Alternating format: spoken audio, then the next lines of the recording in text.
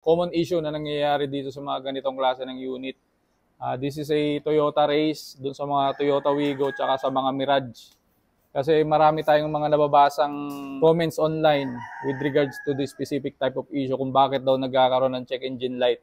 And pagka in-scan mo, ang lumalabas is related sa kanyang oxygen sensor. So ito yung dahilan kung bakit. Ayan o. Ito namang mga terminal na yan, meron naman yung tinatawag na weather seal, yung mga gasket na yan. Pero syempre, katagalan, pagka na-subject na yan sa init, nagde-deteriorate yan at nawawala na rin yung effectivity ng pagkakasil niya at pumapasok yung tubig dun sa loob nung pinaka-electrical at nung ating pinaka-sensor. That is the time na magkakaroon siya ng check engine light at doon na magkakaroon ng malfunction yung ating engine management system. So ang pwede natin gawin dyan, scan, tapos titignan natin yung functionality through data stream ng ating oxygen sensor.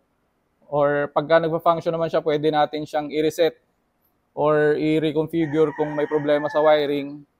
And kung hindi talaga makakayang i-resolve sa ganong klase ng troubleshooting, that is the time na pwede na tayo magpalit ng or i-recommend na natin magpalit yung client natin ng kanyang oxygen sensor dahil kahit anong gawin natin doon, kahit linisan natin yon, kahit paltan natin ng mga wiring yan, kung talagang naapektuhan na yung ating pinaka-sensor, wala na tayong magagawa kundi magpalit na yan ng sensor dahil it is useless kung lilinisan lang natin siya ng lilinisan.